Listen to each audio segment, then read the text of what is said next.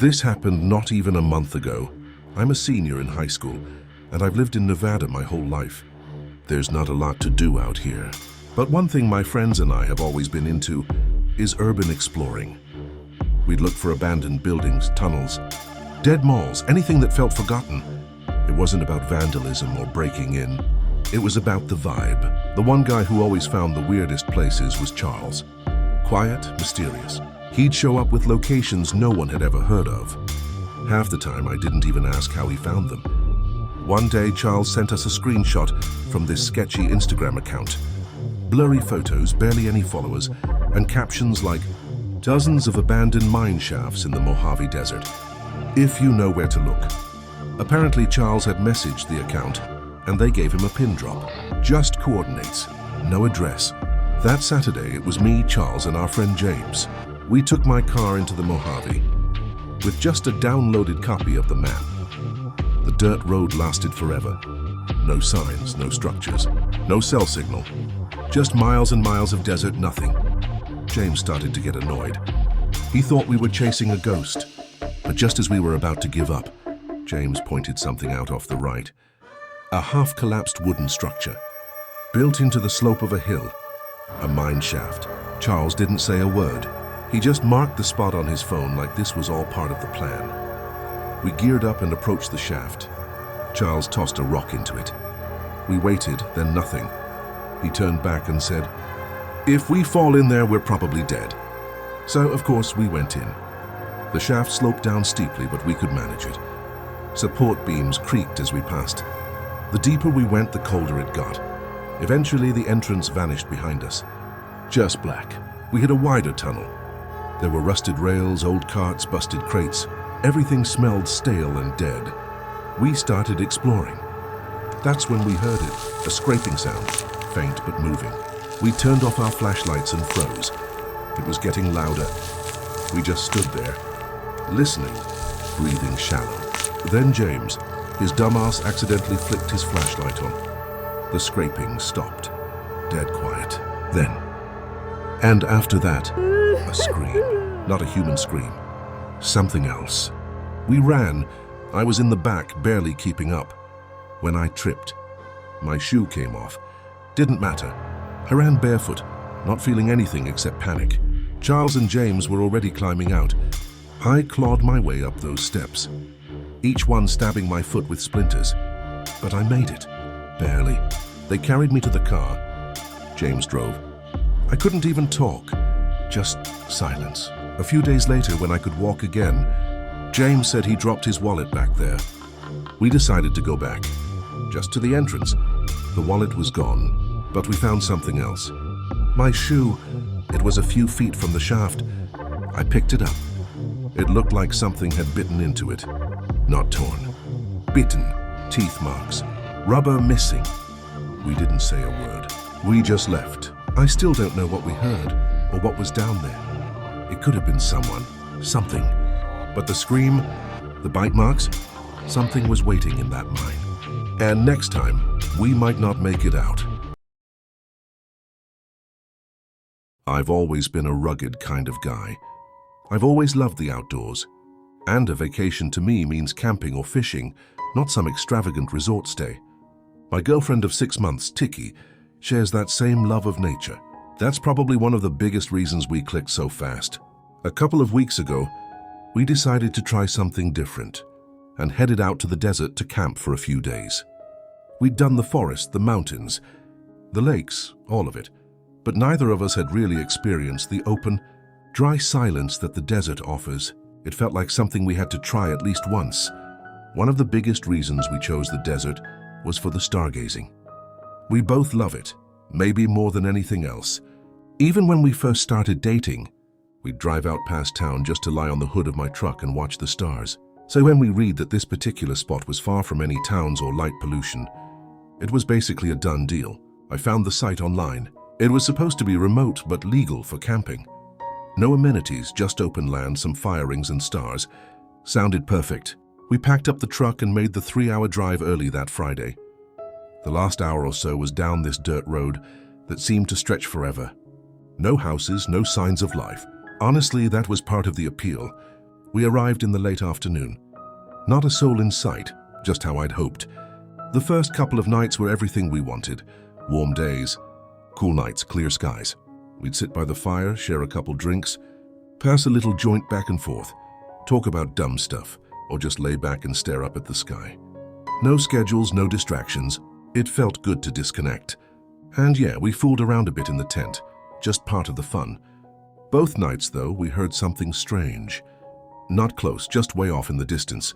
It was this long, low, drawn-out sound, somewhere between a howl and a moan. It didn't sound like a person. More like some kind of animal. The first night, we both froze when we heard it. Tiki looked at me like, "Did you hear that too?" I nodded, but we ended up laughing it off. I said it was probably a coyote or a mountain lion. She agreed. Same thing the second night, almost the exact same time. We just chalked it up to desert wildlife. Unsettling, sure, but not enough to ruin the trip. But then came the third night. I woke up to the sound of footsteps outside the tent. Soft at first, just a couple of faint crunches. I held my breath and listened. It wasn't an animal. Too steady, too slow. I didn't move. I wanted to grab the flashlight, wake Tiki. My heart was pounding and every muscle in my body felt locked up. The steps didn't circle the tent. They just stopped a few feet away, barely blinking, waiting to hear something else. But whoever or whatever it was didn't make another sound. Then I heard it, a flick, that sharp, unmistakable sound of a lighter. A small orange glow appeared through the tent fabric. About waist-high and just off to the side, the flame held steady for a few seconds, then started to wave slowly side to side. I didn't move. I just stared, trying not to breathe too loud. Then the flame grew fast. It went from a flicker to a full glow like they'd lit something. A torch, maybe. Then, without warning, they dropped it. I heard it hit the dirt with a dull thud, and a second later the tent lit up. Heat rushed in almost instantly. The fire spread faster than I could have imagined. That's what finally snapped me out of it. I shook Tiki awake, and she realized what was happening right away. We scrambled, tossing everything we could out of the tent, barely thinking. I'm not even sure we got it all. We sprinted out while the fire spread. Tiki grabbed one of our water jugs and dumped it on the fire while I stomped at the edges, trying to stop it. Eventually we got it under control, but half the tent was completely ruined. I grabbed the flashlight and scanned the area. Nothing, no one in sight. Whoever tried to burn us alive had vanished. Tiki started packing what was left of our stuff, and I helped. We began walking as fast as we could in what we hoped was the direction of the truck. There weren't any landmarks, and it was pitch dark. We were practically guessing. Then, 10 minutes or so into walking, I heard it again. That same scream from the first 2 nights, but longer this time. It just kept going, like something was in pain. Then another scream joined in. Then another. They were all coming from behind us, and they were definitely multiple voices now, multiple things. I didn't say anything. I just grabbed Tiki's arm and started moving faster. By some miracle, we found the truck. We threw our gear inside, and I drove off as fast as I could without flipping the truck on the rough dirt road. My high beams were the only light, and every bump felt like it might send us rolling. Eventually, we hit the main road. I didn't slow down until I saw other cars again. Tiki held it together, but I could tell she was right on the edge. I wasn't doing much better. We called the police to report everything once we had service. But all I keep thinking about is this. If I hadn't been such a light sleeper, we could have died out there, burned alive in the middle of the desert, and no one would have ever known. I want to start by giving you some important context. I've always been a little suspicious of my mom's past. Suspicious might not be the right word, but I can't think of a better one. She was born in Mexico and spent her childhood there before moving to the US alone to pursue an undergrad degree. The rest is history. She found work, met my dad, and has lived in America ever since. But I don't know much about her life before all that, and I get the feeling that's very intentional. She completely avoids talking about her past. Anytime I asked as a kid, she'd either crack a joke or change the subject. My dad used to say it was because she had some childhood trauma that she didn't like revisiting. I believed that, why wouldn't I? As I got older though, I started to notice just how good she was at dodging those questions. Family gatherings, random conversations, No matter how subtle or direct someone asked, she always managed to steer the topic elsewhere, like it was second nature. Here's what I do know. She grew up in a border town somewhere in northern Mexico, close to Texas, one of those towns with a rough reputation. The closest I've ever gotten to learning anything about her parents is a joke. She used to tell that her dad's side of the family were the politicians, and her mom's side were the crooks, but she could never tell which side was which. I used to laugh at that, thought it was just some political sarcasm, but now I'm not so sure. She mentioned once that her dad worked for the government. That's it. She's never talked about her mom, not even in passing.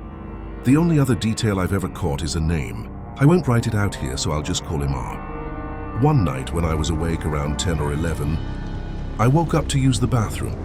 As I passed the living room, I heard my mom speaking in a quiet voice.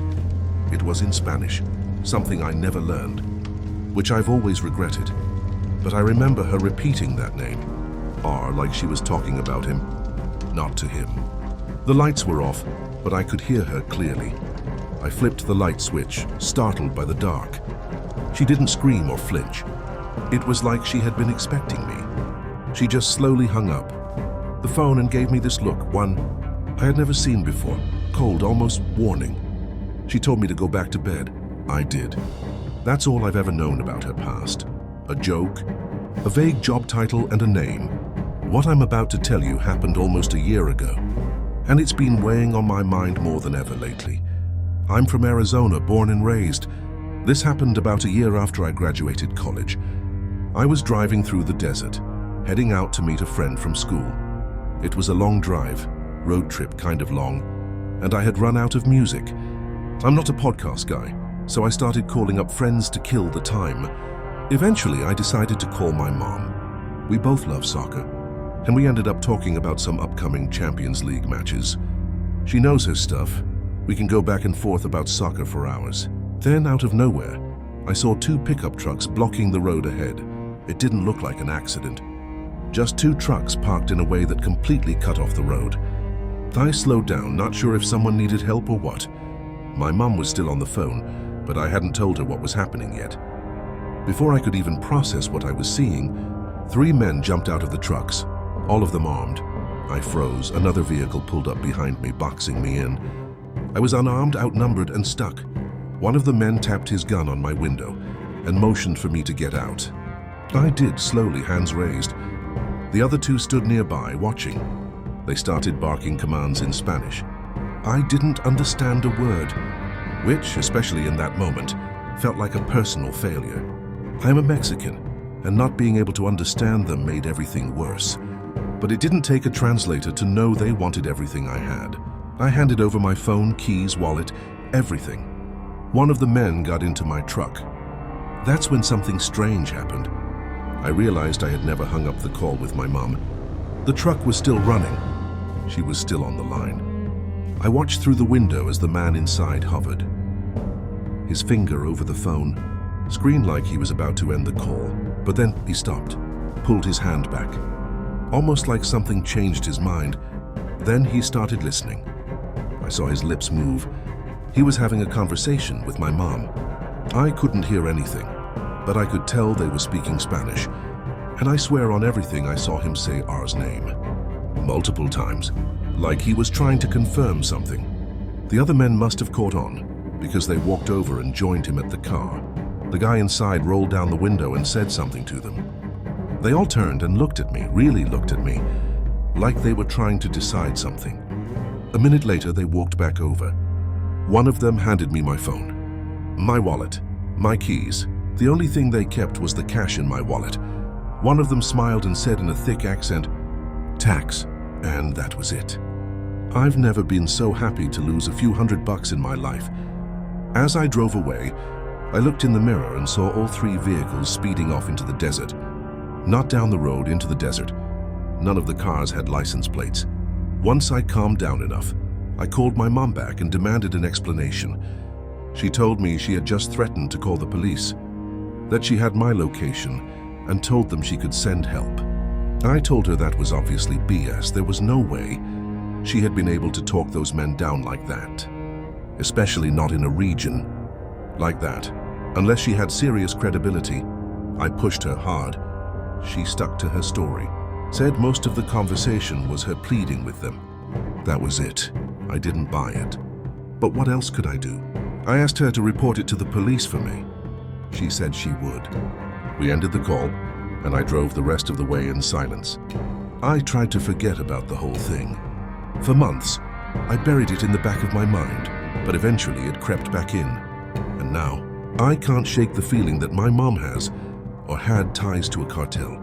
Maybe more than just ties. Maybe she was one of them. And the scariest part? Maybe she still is. I don't know how long she thinks she can keep hiding it from me. I want to confront her, but I'm scared. Scared of what it might do to our relationship, and scared of what kind of world I might be stepping into if she tells me the truth.